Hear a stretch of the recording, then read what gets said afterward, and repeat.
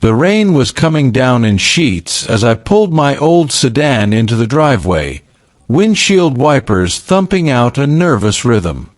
I was supposed to be halfway to Arizona by now, sipping bad airport coffee and waiting for a flight that would take me far from the gray skies of home. But fate, or maybe something more, had other plans. My flight was cancelled, mechanical issues, they said, and after a long, frustrating wait at the terminal, I decided to drive back and sleep in my own bed. I never expected to find a moving truck idling at the curb, its hazard lights blinking in the gloom. My heart thudded as I stepped out, suitcase in hand, and saw my son Greg and his wife Samantha hunched over the basement door, a crowbar wedged in Greg's hands.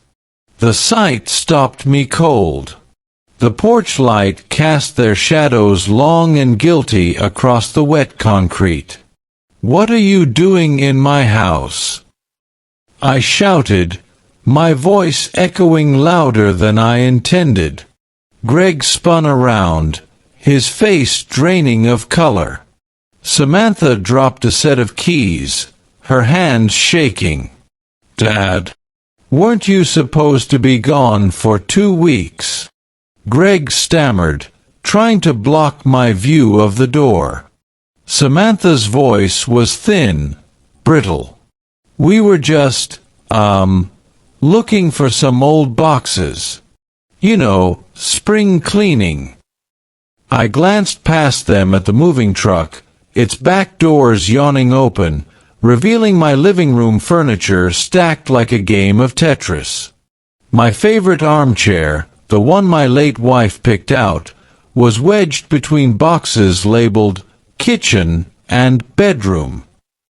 The air was thick with the scent of rain and betrayal. I dropped my suitcase and marched up the steps, my pulse pounding in my ears. "Spring cleaning with a moving truck," I demanded, my eyes darting from Greg's pale face to Samantha's trembling hands. "And why are you trying to break into the basement?" Greg's mouth opened and closed, searching for a lie that would stick. Samantha looked like she might cry. I pushed past them, inspecting the door. The lock was scratched, the wood splintered. They'd been at it for a while. "You want to tell me what's really going on?" I pressed, my voice low and dangerous. Greg swallowed hard. "Dad, it's not what it looks like. We just thought, since you were gone, we could help you get a head start on downsizing. You always said the house was too much for you." I stared at him, the weight of years pressing down on my shoulders. "I said I was thinking about it. I never said you could move my things out." Samantha tried to step in, her voice quivering. "We just wanted to help, Frank." "Really?" I shook my head, anger and disbelief warring inside me. "Help?" By breaking into my basement and hauling my life out the front door. The moving truck rumbled, a reminder that this was no misunderstanding. I looked at my son, the boy I'd raised to be honest, and saw a stranger. If you enjoy powerful stories like this, don't forget to subscribe for more. I took a deep breath, forcing myself to stay calm. "You've got one chance to tell me the truth. What's in the basement that you're so desperate to get your hands on?" Greg's eyes flickered to Samantha, then back to me. "It's just old stuff, Dad. Nothing important." But I saw the fear in his eyes, the way his hand hovered near his pocket, where I knew he kept the spare keys. I stepped back, surveying the chaos, the truck, the broken lock, the furniture piled high. Something was very wrong, and I intended to find out exactly what. 10 minutes ago, I was just a tired old man coming home early. Now, I was standing in the middle of a betrayal I never saw coming, and I wasn't about to let it slide. The storm outside was nothing compared to the one brewing in my own house. Long before the moving truck and the broken trust, this house was my sanctuary. I built it with my own hands, brick by brick, back when my hair was still dark and my wife's laughter filled every room. The basement was more than just a storage space. It was a vault of memories, a place where I kept the things that mattered most. My late wife, Evelyn, always said the heart of a family was in its stories, and our stories lived down there. Photo albums, her wedding dress, my father's war medals, the deed to the house, and a battered strongbox filled with letters and old coins. I never locked the basement until after Evelyn passed, but as the years went by and Greg grew more distant, I started to worry. He'd always resented how much I clung to the past, how I refused to move on or modernize. He'd make jokes at family dinners about how I was one step away from being a hoarder, but I knew what he really wanted. It wasn't the memories, it was the value. The house had appreciated over the years, and the land alone was worth a small fortune. I'd heard Greg and Samantha whispering about opportunities and fresh starts, but I never thought they'd go this far. I remembered the last real argument Greg and I had, just a month before. He'd cornered me in the kitchen, his voice tight. "Dad, you can't keep living in the past. You should sell the house, take a cruise, enjoy what's left. Let us handle things." I'd bristled, feeling the old stubbornness rise up. "This house is my home, Greg. Your mother's memory is in every wall. I'm not ready to let go." He'd stormed out, slamming the door so hard the windows rattled. Now, standing in the rain-soaked entryway, I realized just how deep his resentment ran. I pushed past Greg and Samantha, ignoring their protests, and made my way to the kitchen. The table was covered in paperwork, some of it mine, some of it clearly new. I saw my name on a stack of forms I didn't recognize, and my heart sank. I picked up a document and scanned it. It was a power of attorney, with my signature at the bottom. Only, I hadn't signed it. My hands shook as I flipped through the pages. There were bank forms, real estate listings, even a letter to a realtor about listing the property as soon as possible. I looked up at Greg, who hovered in the doorway, his face a mask of guilt and defiance. "You forged my name," I said, my voice barely above a whisper. Samantha started to cry, but Greg just stared at the floor. "We needed a fresh start, Dad. You weren't going to give it to us." I felt the weight of every year, every sacrifice, pressing down on me. The house, the basement, the memories, they were all at risk, and not from strangers, but from my own flesh and blood. I thought of Evelyn, her gentle hands sorting through old photos, her voice telling me to protect what matters. I realized then that the fight wasn't just about bricks and mortar. It was about dignity, about legacy, about refusing to be erased. I squared my shoulders, the anger burning away the shock. "You're not taking this house. Not while I'm still breathing." Greg looked at me, something like fear flickering in his eyes. I turned away, clutching the forged documents, and headed for the basement. Whatever they were after, I was going to find out. And I was going to make sure they regretted ever underestimating me. The family heirloom wasn't just in the basement. It was in the fight I still had left. The house felt colder as I descended the basement stairs, the echo of Greg's betrayal still ringing in my ears. I flicked on the light, the familiar hum of the old bulb overhead grounding me for a moment. Down here, among the dust and the scent of cedar, I could almost pretend things hadn't changed. But the truth was, the distance between Greg and me had been growing for years, long before a moving truck ever pulled up to my curb. I remembered when he was a boy, always at my side, eager to help with repairs or listen to stories about his grandfather. But after college, after he met Samantha, something shifted. He became restless, impatient with my routines, my stories, my stubborn refusal to let go of the past. Samantha was polite, but I could sense her discomfort in our old house, her longing for something newer, bigger, more impressive. Their visits grew shorter, their calls less frequent. When they did come by, it was always with an agenda.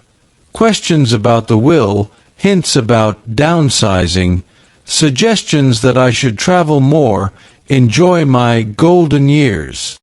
I tried to brush it off, telling myself they were just worried, but the truth gnawed at me.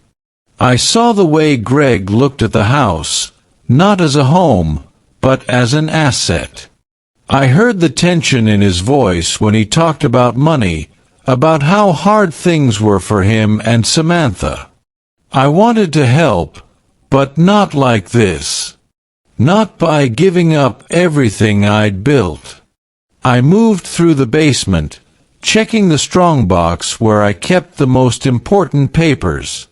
It was untouched, for now. I ran my fingers over the lid, thinking of Evelyn, of the promise I'd made to her to protect our legacy. Upstairs, I heard Greg and Samantha arguing in hushed tones. I caught fragments. He wasn't supposed to come back. What if he calls the lawyer? We can't back out now. The words stung, but they also steeled my resolve. I climbed back up, pausing at the top of the stairs to listen. Greg's voice was sharp, desperate. We need this, Sam. He'll never give it up willingly. We just have to push a little harder. Samantha's reply was softer, but no less determined. I don't want to hurt him, Greg. But we can't keep living like this. I stepped into the hallway, making my presence known. They fell silent, guilt written all over their faces. I looked at my son, searching for the boy I used to know, but all I saw was a man cornered by his own choices. If you needed help, you could have asked, I said quietly. Greg looked away, shame flickering across his features. You wouldn't have listened. Maybe he was right. Maybe I'd been too stubborn, too set in my ways. But that didn't excuse what they'd done. I turned to Samantha, her eyes brimming with tears. You're both better than this. Or at least, I thought you were. The growing distance between us wasn't just about money or property. It was about trust, about the slow erosion of something sacred. I realized then that the real loss wasn't the house. It was the family I thought I still had. But I wasn't ready to give up. Not yet. I would fight for my home, for my dignity, and for whatever was left of the bond between us. And I would do it on my terms, not theirs. As I stood in the hallway, the storm still raging outside, I made a silent vow. They would not take everything from me. Not without a fight. The next morning, the house was quiet, but the tension was thick enough to taste. I barely slept, replaying every word, every look, every sign I'd missed. Greg and Samantha avoided me at breakfast, their eyes fixed on their phones, their voices clipped and formal. I watched them, searching for any trace of the family I once knew, but all I saw were two people plotting their next move. After the dishes were cleared, Greg tried to play the dutiful son. "Dad, you really should take that vacation. You've been talking about it for years. Samantha and I can look after the house. You deserve a break." His words were smooth, practiced, but I heard the urgency beneath them. Samantha chimed in, her smile brittle. "We'll take care of everything. You can finally relax." I forced a smile, masking my suspicion. Maybe you're right. Maybe I do need a little time away. Inside, I was seething. I knew this was their chance to make their move, to get me out of the way. But I also knew I needed to see just how far they were willing to go. I agreed to their plan, booking a 2-week trip to visit an old army buddy in Arizona. I packed my bag slowly, making sure to leave the basement key in my pocket, not on the hook by the door where Greg expected to find it.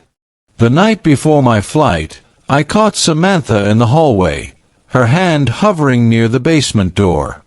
She jumped when she saw me, her face flushing. "Just looking for some cleaning supplies," she stammered. I nodded, pretending not to notice the crowbar tucked behind her back. "Be careful down there. Some things are better left undisturbed." She hurried away, and I locked the basement door behind her, double-checking the deadbolt. That night, I called my lawyer, Mr. Harlan, and told him everything. He listened quietly, then said, "Frank, don't sign anything. Don't leave any documents out. And if anything happens, call me first." I promised I would. The next morning, Greg and Samantha drove me to the airport, their relief barely hidden. "Have a great trip, Dad," Greg said, clapping me on the back. "Don't worry about a thing." I watched them drive away, my heart heavy. I knew I was walking into a trap, but I needed to know the truth. I needed to see what they would do when they thought I was gone. As the plane taxied down the runway, I felt a strange sense of calm. I'd spent my whole life protecting this family, this house. Now, I was protecting something even more important, myself. I landed in Arizona, but I couldn't shake the feeling that something was wrong. I called the house that night, but no one answered. The next day, my flight home was canceled due to a storm. I took it as a sign. I rented a car and drove through the night, the miles slipping away beneath my tires. When I finally pulled into my driveway, the moving truck was there, the basement door was splintered, and my son and his wife were caught red-handed. The setup was complete. Now, it was my turn to act. The drive back from the airport was a blur of headlights and rain, my mind racing with every mile. I replayed Greg and Samantha's faces at the airport, the way they'd hugged me a little too tightly, their relief almost palpable. I should have trusted my gut. When I finally turned onto my street, the sight of the moving truck parked outside my house sent a jolt through me. I killed the engine and sat for a moment, watching the silhouettes moving behind the curtains. My home, the place I'd built with Evelyn, was under siege. I grabbed my suitcase and walked up the drive, the rain soaking through my jacket. The porch light was on, but the welcome it once promised was gone. I let myself in quietly, the familiar creak of the door grounding me. The house was in chaos, boxes stacked in the hallway, my favorite chair halfway out the door, the scent of dust and betrayal thick in the air. I heard voices from the basement, low and urgent. I followed the sound, my heart pounding. That's when I found them, Greg with a crowbar, Samantha holding a flashlight, both of them frozen in the beam of my anger. "What are you doing in my house?" I demanded, my voice echoing off the walls. Greg spun around, his face pale. "Dad, weren't you supposed to be gone for 2 weeks?" Samantha stammered. We thought you'd want us to help."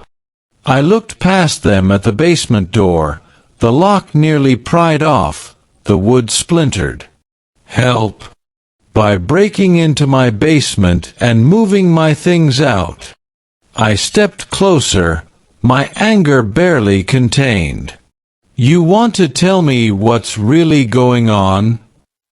Greg's bravado crumbled. "We just thought you'd be happier somewhere smaller.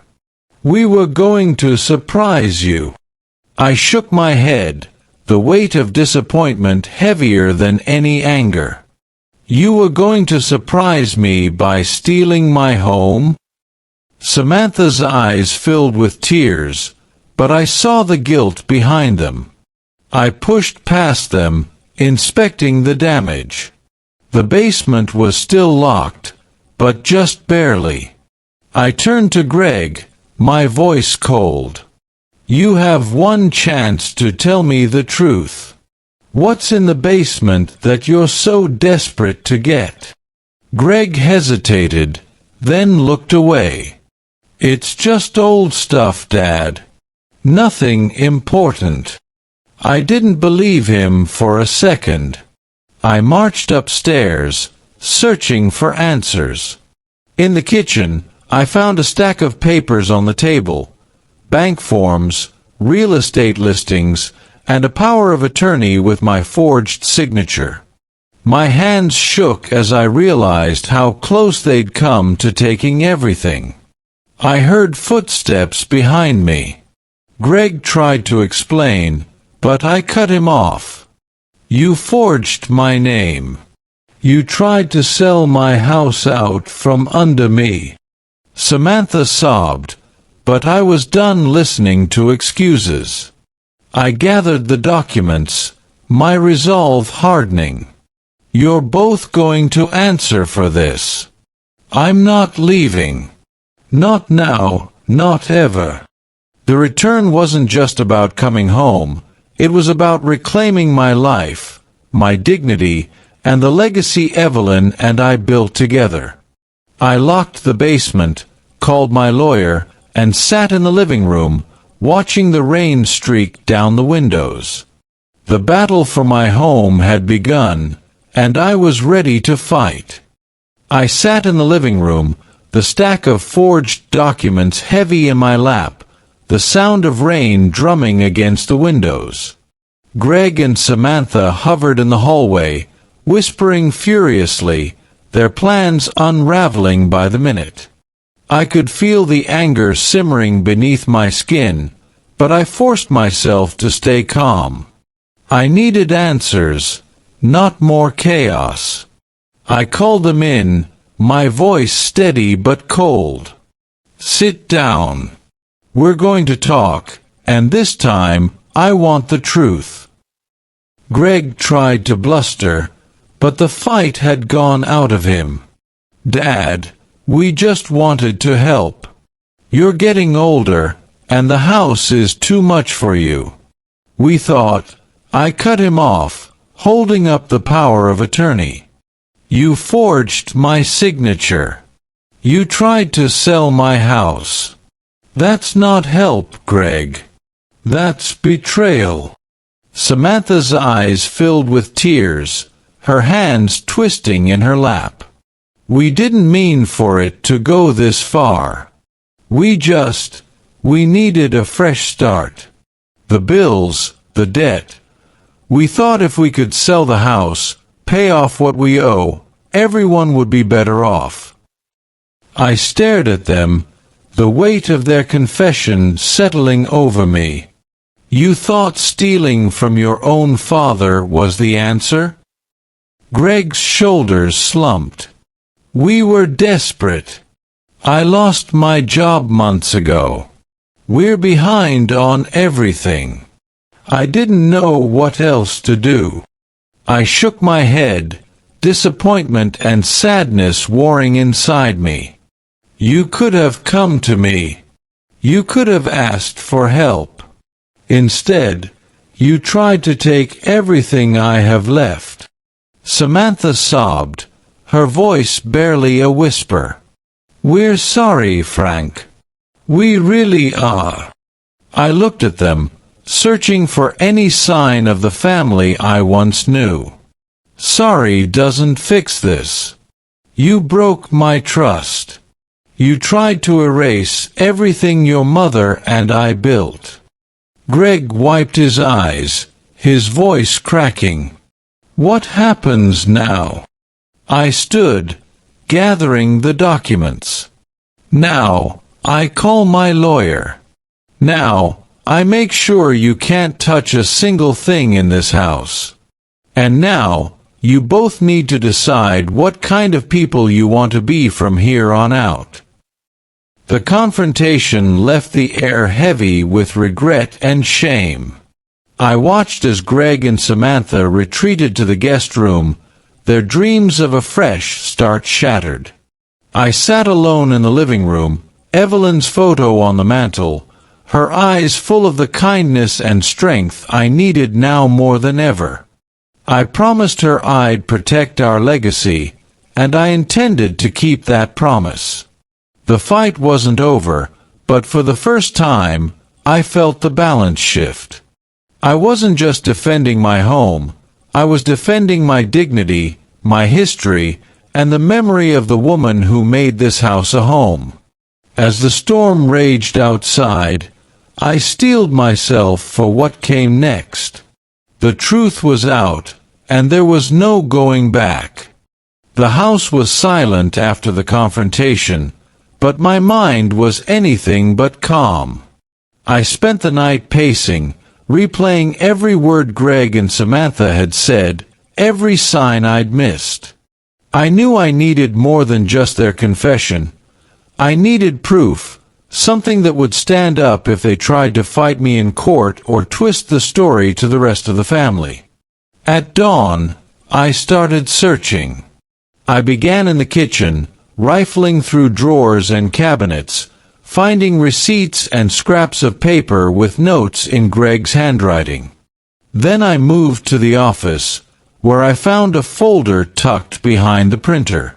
Inside were emails between Greg and a realtor, discussing the imminent sale of the house and how to handle the old man's things. My hands shook as I read the words, the betrayal cutting deeper than I expected.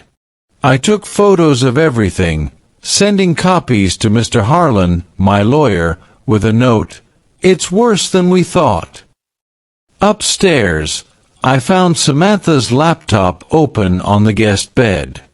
I hesitated, then searched her email. There it was, a chain of messages between her and Greg, planning every detail, when to move the furniture, how to explain my absence, even a draft announcement for social media about Dad's decision to downsize. I copied the files to a flash drive, my anger now sharpened into resolve. In the basement, I checked the strongbox.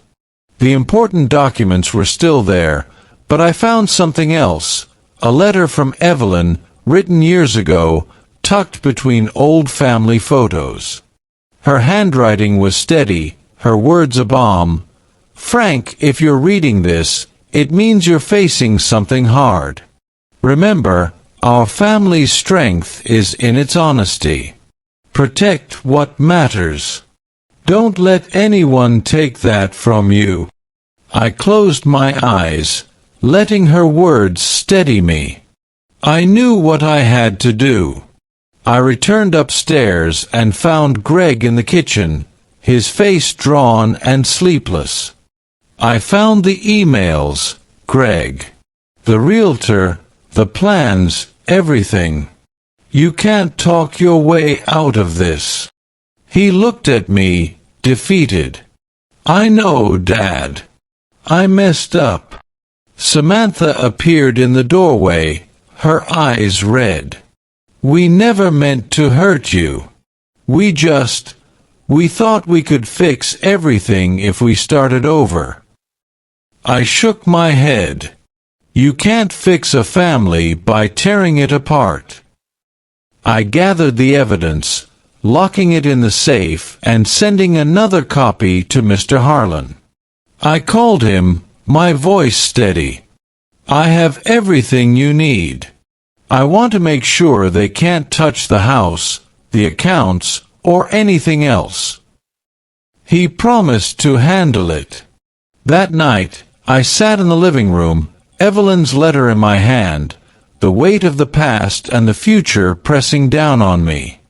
I wasn't just fighting for myself, I was fighting for her memory, for the legacy we built together. The evidence was clear, the truth undeniable. Now, it was time to set the final trap. I would not let my son's desperation destroy everything I held dear. The next move was mine. The next morning, I woke with a sense of purpose I hadn't felt in years. The evidence was locked away, my lawyer was on alert, and Greg and Samantha were finally quiet, too quiet. I watched them from the kitchen window as they stood in the driveway, whispering beside the moving truck, their faces drawn and anxious. I knew they were desperate, but I also knew desperate people made mistakes. I called Mr. Harlan and told him I wanted to set a trap, to catch Greg and Samantha in the act if they tried anything else. He agreed, advising me to act as if I was leaving again, to give them just enough rope to hang themselves. That afternoon, I announced at lunch that I'd managed to rebook my trip and would be gone for a few days. Greg's eyes lit up, and Samantha tried to hide her relief. "That's great, Dad," Greg said, forcing a smile. "We'll keep an eye on the place." I packed a small bag and left the house, but instead of heading to the airport, I circled the block and parked down the street, hidden behind a neighbor's hedge. I watched as Greg and Samantha sprang into action, hauling boxes from the garage, making calls, and, most telling of all, trying once again to break into the basement. I recorded everything on my phone, every trip to the moving truck, every whispered conversation. After an hour, I crept back to the house and slipped in through the side door, careful not to make a sound. I heard Samantha's voice from the basement stairs. "We have to finish this before he comes back. If we get the strongbox, we can sell the house and be done with it." Greg replied, his voice tense, "Just hurry. I don't want to get caught again." I hit record on my phone and waited, heart pounding, as they pried at the lock. When I heard the crowbar hit the floor, I stepped into the hallway and flipped on the light. "Looking for something?" I asked, my voice calm but cold. They froze, guilt and fear written all over their faces. "Dad, we thought you were gone." Greg stammered, but I held up my phone, the red recording light blinking.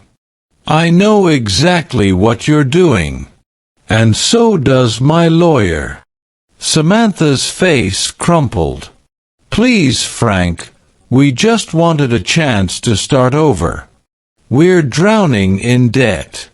We thought if we could just... I cut her off. You thought you could steal from me, forge my name, and sell my house while I was gone. That's not starting over. That's betrayal. I called Mr. Harlan on speaker, letting Greg and Samantha hear every word as I explained what I'd witnessed and recorded. He told them plainly, "You're finished. If you try anything else, you'll be facing charges." The turning point had come. Greg and Samantha realized they were out of options, their scheme exposed. I watched the fight drain out of them, replaced by shame and regret. I locked the basement, changed every password and lock in the house, and made sure the moving truck was sent away empty.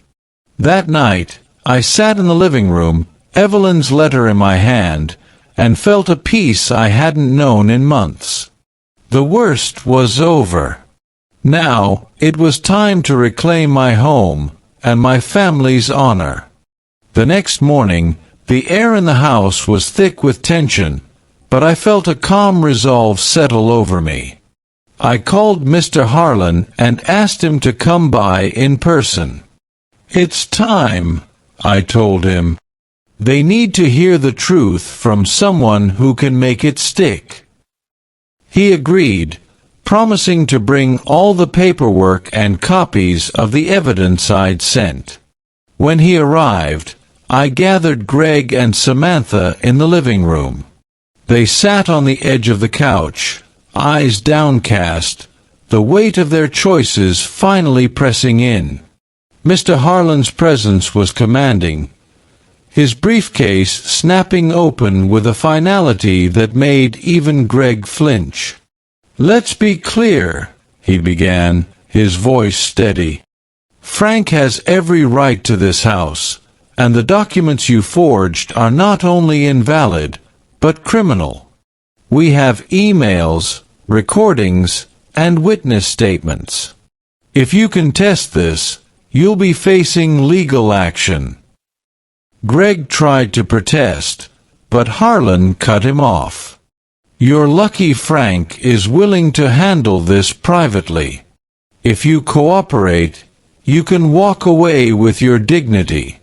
If not, you'll lose everything, including your freedom."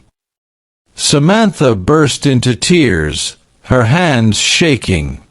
"We're sorry, Mr. Miller.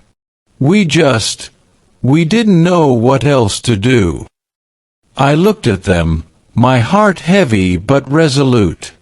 "You had a choice. You could have come to me. Instead, you tried to take everything I have left." Greg's voice was barely a whisper. "What happens now?" Mr. Harlan laid out the terms. Greg and Samantha would sign a statement relinquishing any claim to the house or its contents. They would return all keys, passwords, and documents. The moving truck would be sent away, and they would leave the property within 24 hours. If they tried to contest or retaliate, the evidence would go straight to the authorities. Greg stared at the floor, defeated. Samantha nodded, tears streaming down her face. "We'll go," she said quietly. "We'll leave." Mr. Harlan handed them the papers, and I watched as they signed, the finality of the moment settling over all of us. When it was done, I stood, my voice steady. "I hope you both find a way to start over. But you're not doing it here. This house is my home. It always will be." As they packed their things, I felt a strange mix of sadness and relief. I'd lost something precious, but I'd also reclaimed my dignity, my legacy, and the memory of the woman who made this house a home. When the moving truck finally pulled away, I stood on the porch, the morning sun breaking through the clouds. The showdown was over. The house was mine again, and for the first time in a long time, I felt truly at peace. The house was quiet after Greg and Samantha left, but the silence felt different, cleansing, not empty. I walked from room to room, taking in the battered door frames, the scuffed floors, the boxes that never made it onto the moving truck. Each mark was a reminder of what I'd nearly lost, but also of what I'd managed to save. I called the locksmith and had every lock changed, then sat with Mr. Harlan at the kitchen table as we finalized the paperwork. "You did the right thing, Frank," he said, sliding the signed statements across the table. "You protected your home, your legacy, and your late wife's wishes." I nodded, feeling the weight of the past weeks settle into something like pride. "I just wish it hadn't come to this," I admitted. "I always thought family meant something more." Harlan's eyes softened. "Sometimes, protecting what matters means making the hard choices. You did that." After he left, I called the moving company and explained the situation. The foreman, a gruff man with kind eyes, shook his head. "We don't get involved in family business, sir. But I'm glad you're all right." He made sure every piece of my furniture was returned, every box accounted for. As the last box was carried back inside, I stood in the doorway, watching the truck drive away. The neighbors, who had watched the drama unfold from behind their curtains, began to emerge. Mrs. Carter from next door brought over a casserole, her eyes full of sympathy. "If you need anything, Frank, you just let us know." I thanked her, feeling the warmth of community wrap around me. That evening, I sat in the living room, surrounded by the things Evelyn and I had collected over a lifetime. I opened the strongbox from the basement and found the letter she'd written, her words echoing in my mind, "Protect what matters." I realized then that the reckoning wasn't just about punishing Greg and Samantha. It was about reclaiming my own sense of worth, my right to stand up for myself, even against my own blood. I called my grandchildren, inviting them over for the weekend. Their laughter on the other end of the line was the sweetest sound I'd heard in weeks. As I hung up, I felt a peace settle over me. The house was safe, the legacy intact, and the future, at last, felt like it belonged to me again. The reckoning was over, but the healing had just begun. The days after Greg and Samantha's departure were a strange mix of relief and sorrow. The house was finally quiet, but the echoes of their betrayal lingered in every room. I spent the first morning cleaning up, putting furniture back where it belonged, patching the splintered basement door, and tossing out the boxes they'd packed in their rush to leave. Each task was a small act of reclaiming my space, my dignity, and the life Evelyn and I had built together. The neighbors stopped by, some with casseroles, others with kind words or just a silent handshake. Their support reminded me that I wasn't as alone as I'd felt in those tense, uncertain days. I called my grandchildren and invited them over for the weekend, determined to fill the house with laughter and new memories. When they arrived, their energy was a bomb. We baked cookies in the kitchen, played board games in the living room, and I told them stories about their grandmother. How she'd planted the roses out front, how she'd always insisted on Sunday dinners, how she'd made this house a home. In the evenings, after the kids were asleep, I'd sit in the basement, surrounded by old photos and Evelyn's letters. I read her words again and again, drawing strength from her wisdom.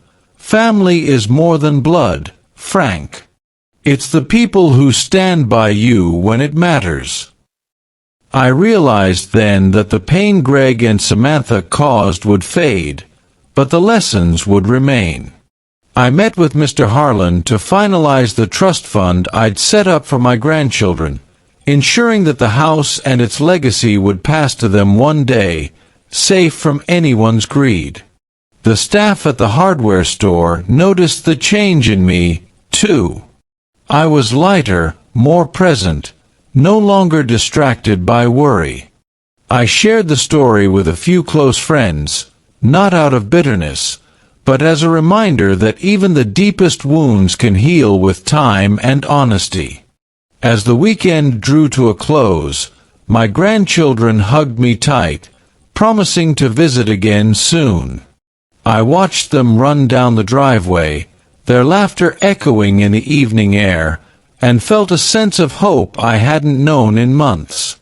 The aftermath of betrayal had left scars, but it had also revealed the strength of my spirit and the power of forgiveness. I knew I'd never forget what happened, but I also knew I was ready to move forward. The house was safe, the family legacy secure, and for the first time in a long time, I felt truly at home. Spring sunlight poured through the kitchen windows, warming the old wooden floors as I brewed coffee and listened to the quiet hum of my home. The house felt different now, lighter, as if the walls themselves had exhaled after months of holding their breath. I set out breakfast for my grandchildren, who were still asleep upstairs, their laughter from the night before echoing in my mind. The pain of Greg and Samantha's betrayal had faded to a dull ache, replaced by a sense of peace and gratitude. I walked through each room, touching the backs of chairs, the banister Evelyn used to polish, the family photos lining the hallway. Every corner held a memory, a reminder of the life we'd built and the love that still lingered here. Down in the basement, I opened the strongbox and read Evelyn's letter one last time, her words of final blessing: "Protect what matters, Frank. Trust your heart, and you'll never be alone." I smiled, feeling her presence in the morning light. Later, I met with Mr. Harlan to finalize the trust fund for my grandchildren. We signed the last of the papers, ensuring that the house and everything in it would pass to them one day, safe from anyone's schemes. "You did good, Frank," Harlan said, shaking my hand. "You honored your wife's wishes, and your own."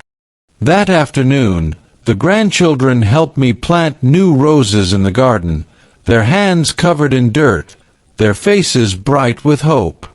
We started a new tradition: Sunday dinners, just like Evelyn would have wanted. The neighbors joined us, bringing food and stories, and the house filled with warmth and laughter once more. As the sun set, I sat on the porch, watching the children chase fireflies, the garden blooming with new life. I realized that my greatest revenge wasn't in punishing Greg and Samantha, but in refusing to let their betrayal define me. I had protected my home, my dignity, and the legacy Evelyn and I built together. I had chosen forgiveness, resilience, and love. The story of this house would go on, not as a tale of loss, but as a testament to the strength of family and the quiet power of standing your ground. As the stars blinked to life overhead, I felt truly at peace. The past was behind me, the future secure, and my heart, at last, was home.